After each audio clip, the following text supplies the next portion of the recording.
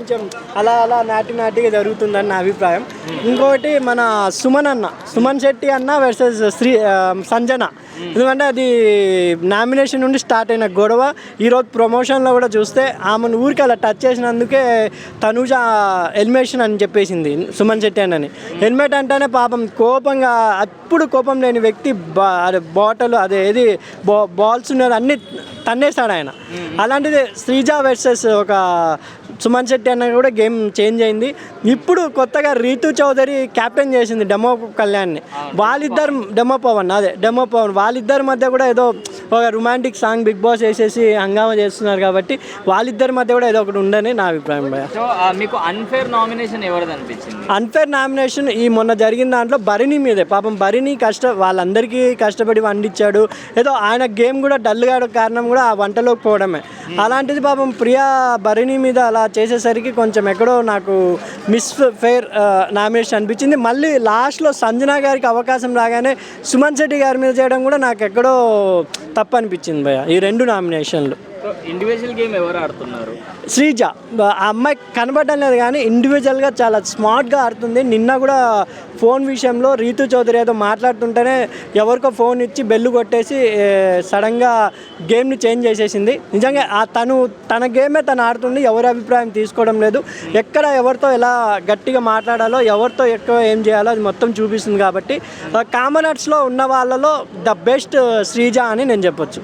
So మరి ఈ week ఎవరు ఎలిమినేట్ అవుతారు? మేబీ ప్రియా అనే అమ్మాయి అని అందరూ చెప్తున్నారు. నాకు కొంచెం చూస్తుంటే ప్రియా అనే అమ్మాయి అండ్ డాక్టర్ అమ్మాయి ఆయన ఉన్నాడు కదా ఫ్లోరా సైని, వీళ్ళిద్దరిలో ఎవరో ఒకరు ఎలిమినేట్ అయ్యే ఛాన్సెస్ ఉన్నాయి అనుకుంటున్నాను. లక్స్ పాప గారు లేకపోతే ప్రియా గారు ఎలిమినేట్ అవుతారు. ఇద్దరిలో ఎవరో ఒకరు. ఓవరాల్గా బిగ్ బాస్ షో బాగానే ఉందంటారు చూడండి. కొంచెం సీజన్ 8 కంపేర్ చేసుకుంటే సీజన్ 9 అనేది కొంచెం డల్గా స్టార్ట్ అయింది.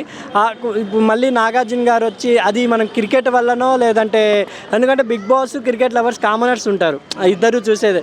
ఇది క్రికెట్ అయిపోగానే అస్సలైన బిగ్ బాస్ గేమ్ చూడొచ్చు. ఇంకా మళ్ళీ సీజన్ 8 గుర్తుందా, డల్గా స్టార్ట్ అయింది, రేటింగ్ అంతా పడిపోతే సడన్గా వైల్డ్ కార్డ్ ఎంట్రీస్ ఇచ్చారు బిగ్ బాస్.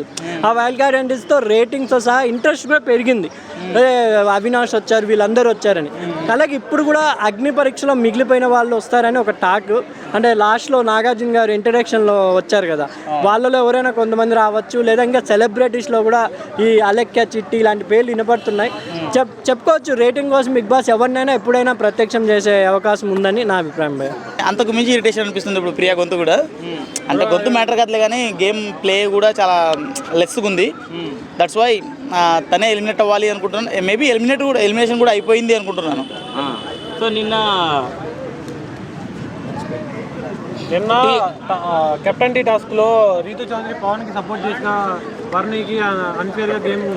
అదే బ్రో, ఆ కలర్ టాస్కే కదా, అది చాలా అన్ఫేర్గా ఉంది బ్రో నిజంగా. అంటే పవన్కే సపోర్ట్ చేసి పవన్నే గెలిపించినట్టు కూడా మధ్యలో ఎవరైనా మాట్లాడితే నేను గేమ్ ఆడుతున్న వాళ్ళతో మాట్లాడతాను, మీతో సంబంధం లేదని చెప్పేసి పక్కన వాళ్ళకి చెప్పేయడము అది కూడా జరుగుతుంది. ఎందుకో మళ్ళీ అన్ఫేర్గా నడుస్తుంది అక్కడ కూడా. క్యాప్టెన్ ఇవ్వడం కరెక్టే అంటారా పవన్ గారికి? ఏమో బ్రో, ఇక ఆయన ఏంటంటే లాస్ట్ టైము అన్సేఫ్ అంత దూరం వెళ్ళి వచ్చారు. సరే గేమ్ ఇంప్రూవ్మెంట్ చేసుకొని ఎప్పుడైనా క్యాప్టెన్సీ మంచిగా చేస్తే ఓట్లు ఎక్కువగా పడే అవకాశాలే ఉంటాయి. సరే చూద్దాం క్యాప్టెన్సీ ఎట్లా చేస్తాడో ఏందో తెలుస్తుంది కదా. ఇండివిజువల్ గేమ్ ఎవరు ఆడుతున్నారు? ఇండివిజువల్ గేమ్ అంటూ ఏం లేదు బ్రో. సుమన్ శెట్టి గారు అయితే ఇండివిజువల్గానే ఉన్నట్టు కొడుతున్నారు. ఇక భరణి గారు కూడా ఏదో హౌస్ తోటి కొంచెం దూరంగానే ఉన్నట్టు కొడుతున్నారు.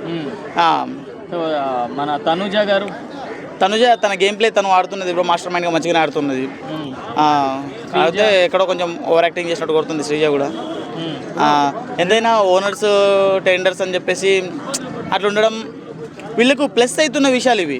అంటే వీళ్ళతో మంచిగా ఉంటే ఓకే, కానీ మేము ఓనర్స్ కదా అని చెప్పేసి ఏదో నీ సొంత ఇంటి ఓనర్, నువ్వు బిగ్ బాస్ హౌస్కే ఓనర్, 100 రోజులకే ఓనర్వి.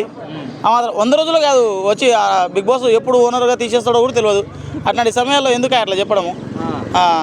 బ్రో నిన్న హౌస్లో కామనర్స్ వేరు, సెలబ్రిటీస్ వేరు కాదు, హౌస్లోకి వచ్చాక అందరూ ఒకటే అన్నారు. మళ్ళీ ఒకటే కదా బ్రో, వాస్తవంగా చెప్పాలంటే అది ఒకటే కదా.